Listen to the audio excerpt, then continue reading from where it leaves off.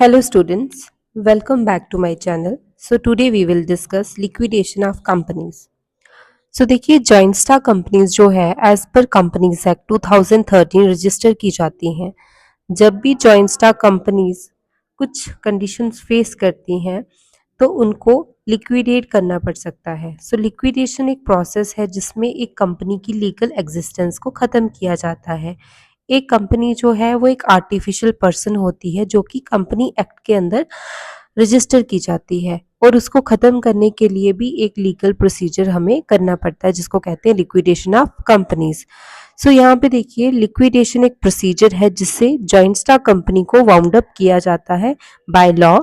Liquidation वो process है जिससे कंपनी एंड की जाती है और उसके सारे एसेट्स को लिक्विडेट किया जाता है ताकि जितनी भी लाइबिलिटीज हैं, जितने भी मेंबर्स हैं, जितने भी कंट्रीब्यूटर्स हैं, उनको उनका पैसा वापस दिया जाए। ओके, सो इंडिया में दो लॉ डील करते हैं लिक्विडेशन ऑफ कंपनीज से। एक है कंपनीज एक्ट 2013 और दूसरा है insolvency and bankruptcy code 2016। Next समझेंगे काजेज ऑफ लिक्विडेशन। सो देखिए लिक्विडेशन अगर कंपनी एक कंटिन्यूसली लॉस में जा रही है या कंपनी का डेट बर्डन बहुत ज़्यादा हो गया है, बिजनेस मॉडल फेलियर है या फिर कोर्ट ऑर्डर दे देता है लिक्विडेशन का या फिर शेयर होल्डर डिसाइड कर देते हैं कि उनको अब बिजनेस क्लोज कर देना है, तो उन केसेस में लिक्विडेशन हो सकता है। सो यहाँ पे तीन टाइप्स हैं लिक्विडेशन के। पहला है कंपल्सरी लिक्विडेशन बाय कोर्ट या tribunal, voluntary liquidation and liquidation under IBC. तो फर्स्ट जो है that is compulsory liquidation. Compulsory liquidation court के द्वारा किया जाता है। ट्रिब्यूनल जो है वो ऑर्डर पास करती है वाइंड अप का अंडर कंपनीज एक्ट एंड ये हैंडल किया जाता है एनसीएलटी के द्वारा, that is national company law tribunal. ये लिक्विडेशन हैंडल करता है कंपनीज का। सो ये जो कंपल्सरी लिक्विडेशन है ये इलीगल एक्टिविटीज अगर कंपनी के द्वारा की जा रही हैं, फ्रॉड या मिसमैनेजमेंट की जा रही है कंपनीज की, या कंपनी की एबिलिटी नहीं है डेट पे करने की, पब्लिक इंटरेस्ट के अगेंस्ट अगर एक कंपनी काम कर रही है, या फिर कंपनी ने इंडियन सॉवरेनिटी के अगेंस्ट काम किया है, तो उस केस में भी कंपनी को कंपल्सरी जो है वो लिक्विडेट किया जाता है। सो नेक्स्ट आता है वॉलंटरी लिक्विडेशन। सो देखिए इंडिया में एज पर companies act 2013 corporate insolvency resolution process की जाती है एनसीएलटी के द्वारा। सो इस प्रोसेस में ये इंश्योर किया जाता है कि एक कंपनी को रिवाइव किया जाए, कंपनी को बंद ना किया जाए। तो इसके लिए कंपनी कुछ ये सीआईआरपी के में कुछ एफर्ट्स किए जाते हैं कि कंपनी की अननेसेसरी लिक्विडेशन को रोका जाए। लेकिन अगर सीआईआरपी अप्रूव हो जाती है तो कंपनी कंटिन्यू करती है, और अगर सीआईआरपी जो है ये अप्रूव नहीं होती है, रिजेक्ट हो जाती है, तो कंपनी को लिक्विडेशन का ऑर्डर मिल जाता है।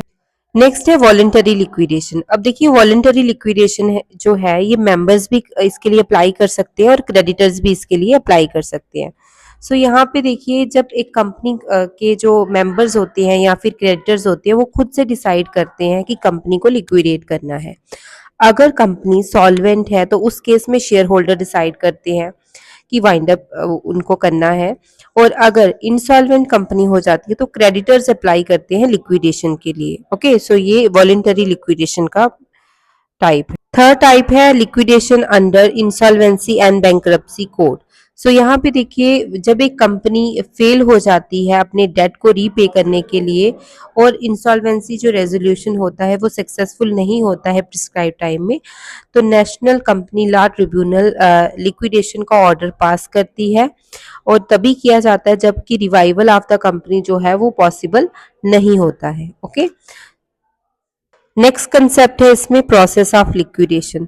सो लिक्विडेशन के लिए यहाँ पे सबसे पहले तो कंपनी को इंसॉल्वेंसी एंड बैंकरप्सी कोड के अंडर अगर वो फेल हो जाती है तो corporate insolvency resolution process start होता है। एक लाइसेंस इंसॉल्वेंसी प्रोफेशनल को अपॉइंट किया जाता है जो कि कंपनी का कंट्रोल लेता है, सारे एसेट्स का कंट्रोल ले लेता है और वाइंडिंग अप की प्रोसेस को मैनेज करता है। इस पर्सन को लिक्विडेटर बोला जाता है। उसके बाद लिक्विडेटर एक पब्लिक अनाउंसमेंट करता है जिसमें सारे क्रेडिटर्स को बोला जाता है कि वो अपने क्लेम्स जो भी है वो 30 डेज के अंदर अंदर सबमिट करवाएं। उसके बाद जो एसेट होते हैं उनको रियलाइज किया जाता है, लिक्विडेट किया जाता है और उसके बाद वेरिफिकेशन की जाती है क्लेम्स की और क्लेम जो है वो प्रायोरिटी के अकॉर्डिंग डिस्ट्रीब्यूट किया जाता है। ओके, सो लिक्विडेशन प्रोसेस में यहाँ पे लास्ट में जो है liquidator final statement of account बनता है जिसमें ये सारे क्लेम सेटल किए जाते हैं। सो लिक्विडेटर एक पर्सन होता है जिसको हम एडमिनिस्ट्रेटर कह सकते हैं, जो कि अपॉइंट किया जाता है to manage the liquidation process. अब यहाँ पे कुछ ड्यूटीज हैं लिक्विडेटर की। सबसे पहले तो कंपनी के एसेट को कंट्रोल करता है, ये सारे एसेट को टेक ओवर कर लेता है और इन एसेट्स को सेल करता है। ओके, सेल करता है at the market realisable value. उसके बाद पे किया जाती है सारी लाइबिलिटीज को और क्रेडिटर्स को। अगर किसी शेयर होल्डर ने अपने शेयर के ऊपर कुछ कॉल नहीं दी है, दैट इज अनपेड कॉल, तो उसको भी ये कॉल अपॉन करता है from the partly paid shares in case of deficiency and distribute करता है सरप्लस अमंग शेयर होल्डर जिनको हम कॉन्ट्रीब्यूटरीज कहते हैं एज पर their rights if surplus arises. So thanks for today's lecture. Next topic हम जो